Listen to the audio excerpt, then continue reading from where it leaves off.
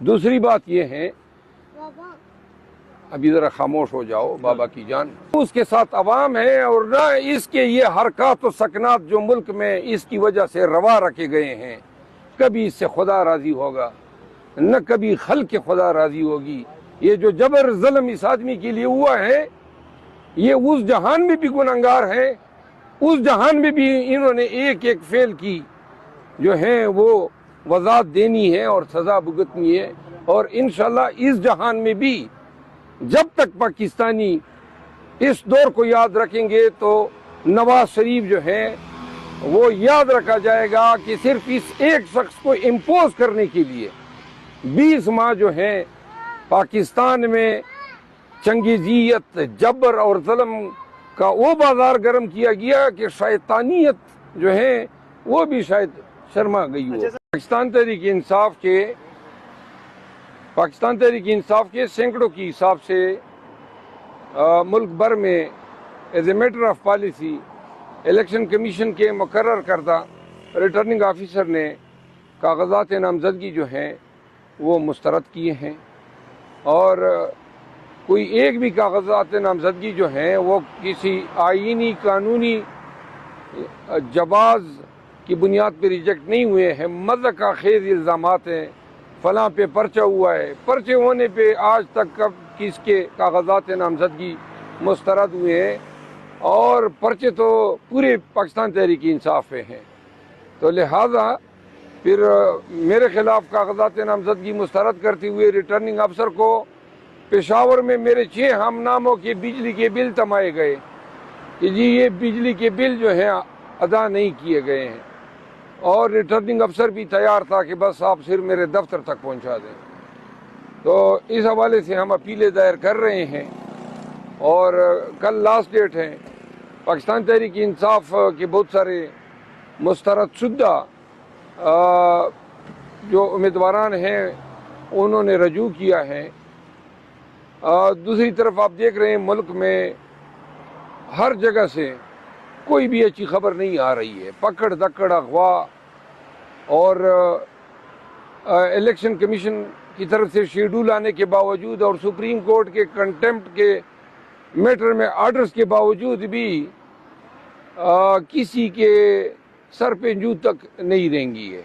تو لہٰذا ہم توقع رکھتے ہیں کہ سپریم کورٹ آف پاکستان اور الیکشن کمیشن آف پاکستان اپنے جو ذمہ داریاں ہیں اور جو ملک کے حالات ہیں ان کو مد نظر رکھتے ہوئے پاکستان کے مستقبل کے خاطر جو الیکشن کا پروسیس ہے اس کو بے شک یہ فیئر نہ بنائیں، کیونکہ اب تو فیئرنیس کی توقع نہیں رہی، کم از کم اتنا بنا دیں کہ جس میں انسان جو ہے وہ اس میں پارٹیسپیٹ کر سکے۔ انہوں نے انتہائی غیر انسانی رویے اپنائے ہوئے ہیں، ظالمانہ اور جابرانہ۔ ملک میں تاریخ میں کبھی اس طرح بلدیاتی الیکشن بھی رگ نہیں ہوئے ہیں جو ابھی سے رگ ہو رہے ہیں۔ آخری گزارش یہ ہے کہ جب اپیلوں پہ امیدواران جائیں تو میں ان سب کو یہ ایڈوائز کروں گا کہ وہ اپنے اٹارنی یا وکلاء کے تھرو پیش ہو، کیونکہ کرنل اجمل صاحب کو اغوا کر لیا گیا ہے اور بہت سارے اور کو بھی اغوا کیے جانے کا اندیشہ ہے۔ الرحمن الرحیم، پاکستان تحریک انصاف سے وابستہ امیدواران جبری طور پر گمشدہ ہوتے جا رہے ہیں۔ اسکروٹنی کے دوران پروپوزر سیکنڈرز کو اغوا کیا گیا، پھر اسکروٹنی کے نتیجے میں ملک بھر میں as a matter of policy P T I کو الیکشن سے باہر رکھنے کے لیے امیدواران کے کاغذات نامزدگی مذاق خیز بنیادوں پہ ریجیکٹ کیے گئے۔ مجھے اندیشہ ہے کہ جب یہ اپیلیں سماعت کے لیے ہائی کورٹس کے سامنے آئیں گی تو ریٹرننگ افسران جو ہیں ان کو اپنے اس فعل کو جسٹیفائی کرنے میں بہت ہی مصائب اور تکالیف پیش آئیں گے، کیونکہ کوئی ایک بھی آرڈر جو ہیں وہ قانون اور آئین کے مطابق نہیں ہوا ہے۔ ہم اپیلیں دائر کر رہے ہیں، اسی ضمن میں آج آئے تھے، پشاور میں بھی ہم کل آخری دن ہے، وہاں پہ بھی دائر کر رہے ہیں. جہاں جہاں سے پی ٹی آئی کے ان امیدواران نے جن کے کاغذات نامزدگی مسترد ہوئے ہیں رجوع کیا ہے، ان کے لیے ہماری ٹیم جو ہے لگی ہوئی ہے. آخری بات یہ ہے کہ تمام کو میں یہ ایڈوائز کروں گا کہ اپیلوں کے دوران امیدواران نہ جائیں، کیونکہ ابھی تک ہم سب غیر محفوظ ہیں، اور خصوصاً عدالتی حیاتوں میں انتہائی غیر محفوظ ہیں. اب طریقہ یہ ڈھونڈ لیا ہے کہ جہاں ریٹرننگ آفیسر یا عدالتوں میں ہم جائیں گے تو وہاں پہ پہنچنے سے پہلے ہی امیدواران کو اغوا کیا جاتا ہے.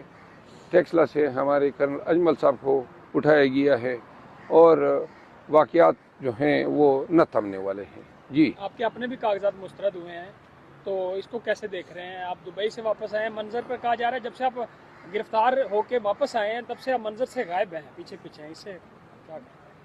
نہیں، میں تو جب گرفتار ہونے کے بعد واپس آیا تو 3-4 دن تو مجھے ٹیمپریچر رہا، آپ کو علم ہوگا. اور اس دوران جو ہے ہم نے سندھ میں اور پنجاب میں کنونشن کے حوالے سے اپنا ہوم ورک کیا. اسی دوران یہ کاغذات نامزدگی اور یہ اسکروٹنی کے پروسیس میں بھی ہم نے حصہ لیا. پھر 3 دن چھٹیاں تھیں تو میں فیملی کو ملنے کے لیے دبئی چلا گیا، کیونکہ کافی عرصہ ہوا تھا بچوں سے ملاقات نہیں ہوئی تھی. تو وہاں پہ ہم نے کنونشن شروع کر دیے. 3 کنونشن دبئی میں کیے، 2 ابوظہبی میں کیے، اور آخری ہم شارجہ میں کنونشن کیے رات کو. مجھ سے پوچھا کہ بھائی عمر ایوب خان نے بھی کہا ہے کہ یہ ہم نہ کریں ڈیمانسٹریشن، تو میں نے بھی یہی رائے دی کہ بہتر ہے کہ آپ نہ کریں. یہ جو لوگ فوج سے ہماری لڑانے کی بات کر رہے ہیں نا اور کوششیں کر رہے ہیں، ان کو میں پھر دعوت دوں گا کہ پاکستان آ کے ہمیں لڑائیں. بہت لڑ لیا، بہت نقصان ہو گیا، ملک کا بھی ہوا، ہمارا بھی ہوا، فوج کا بھی ہوا. لہٰذا اب مزید ہم اس کے نہ متحمل ہو سکتے ہیں نہ وہ متحمل ہو سکتے ہیں. یہ لڑائی جو ہے سیاسی رہنی چاہیے. یہ لڑائی ہماری اداروں کے ساتھ ہو ہی نہیں سکتی ہے، بالخصوص فوج کے ساتھ. خان نے کہا ہے میری فوج ہے، ہماری فوج ہے. شہداء کے بارے میں بار بار انہوں نے، اور ہم نے اپنے جلسوں میں یہ نعرے لگائے ہیں. ہم چاہتے ہیں کہ عوام پاکستان قطعاً ذہن میں یہ نہ رکھیں کہ ہمارے ساتھ جو رکھا گیا کوئی رویہ ہے، اس کے گنہگار وہ شہداء کپتان ہیں، وہ جوان ہیں، وہ کرنیل ہیں، وہ میجر ہیں جن کے جنازے آئے اور ان کے بچے آج بھی یتیم ہیں. بے شک، لیکن یہ 6 لاکھ فوج کا کام نہیں ہے. ہم اپنی فوج سے محبت کرتے ہیں، یہ ہمارے سرحدوں کی محافظ ہیں. اور یہ وہ لوگ ہیں جو میرے خلاف ٹویٹر پہ ٹرینڈ کر رہے ہیں، وہ یہ پھر چاہتے ہیں کہ پی ٹی آئی کے سوشل میڈیا کو جو ہے ٹرینڈ بنائے. کیا فائدہ ہوتا؟ آرمی چیف وہاں پہ آیا اور اب پی ٹی آئی کے لوگ آ کے جھنڈے نکال کے کہتے، نعرے لگاتے، پروٹیسٹ کرتے، تو اس سے دنیا میں یہ پیغام جاتا کہ بھائی مملکت خداداد پاکستان میں عوام جو ہیں وہ اپنے آرمی چیف کو ریڈیکیول کر رہے ہیں،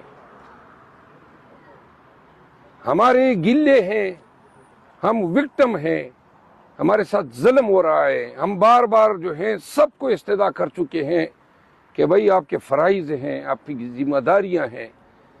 لیکن ہم پھر بھی، اور خان صاحب جو ہیں، ان تمام نامساعد حالات کے باوجود ہم کوئی کنفرنٹیشن کی پالیسی کو نہ اپنائیں گے اور نہ اپنایا. ایک سوال کریں، ایک. کیا آپ کو لگ رہا ہے کہ نواز شریف کو وزیر اعظم بننے سے کوئی نہیں روک سکتا جو آج کل کی صورتحال؟ نواز شریف کو جو ہے ان کے اپنے اعمال روک رہے ہیں. نواز شریف کی ریٹنگ آپ دیکھ لیں، مسترد شدہ سیاستدان کی شبیہ نظر آ جاتی ہے جب بھی آپ اس کی شکل یاد کر لیں گے. دوسری بات یہ ہے، ابھی ذرا خاموش ہو جاؤ بابا کی جان. اچھا، دوسری بات یہ ہے، دادر سنبھال کا، دوسری بات یہ ہے کہ نواز شریف صاحب جو ہیں کس بل بوتے پہ وزیر اعظم بن رہے ہیں؟ یا لوگوں کو خدا بناتا ہے اور یا پھر عوام بناتی ہے. تو لہذا لہذا نہ اس کے ساتھ عوام ہے اور نہ اس کے یہ حرکات و سکنات جو ملک میں اس کی وجہ سے روا رکھے گئے ہیں، کبھی اس سے خدا راضی ہوگا نہ کبھی خلق خدا راضی ہوگی۔ یہ جو جبر ظلم اس آدمی کے لیے ہوا ہے، یہ اس جہان میں بھی گنہگار ہے، اس جہان میں بھی انہوں نے ایک ایک فعل کی جو ہیں وہ وضاحت دینی ہے اور سزا بھگتنی ہے، اور انشاءاللہ اس جہان میں بھی جب تک پاکستانی اس دور کو یاد رکھیں گے تو نواز شریف جو ہے وہ یاد رکھا جائے گا کہ صرف اس ایک شخص کو امپوز کرنے کے لیے 20 ماہ جو ہیں پاکستان میں چنگیزیت، جبر اور ظلم کا وہ بازار گرم کیا گیا کہ شیطانیت جو ہے وہ بھی شاید شرما گئی ہو۔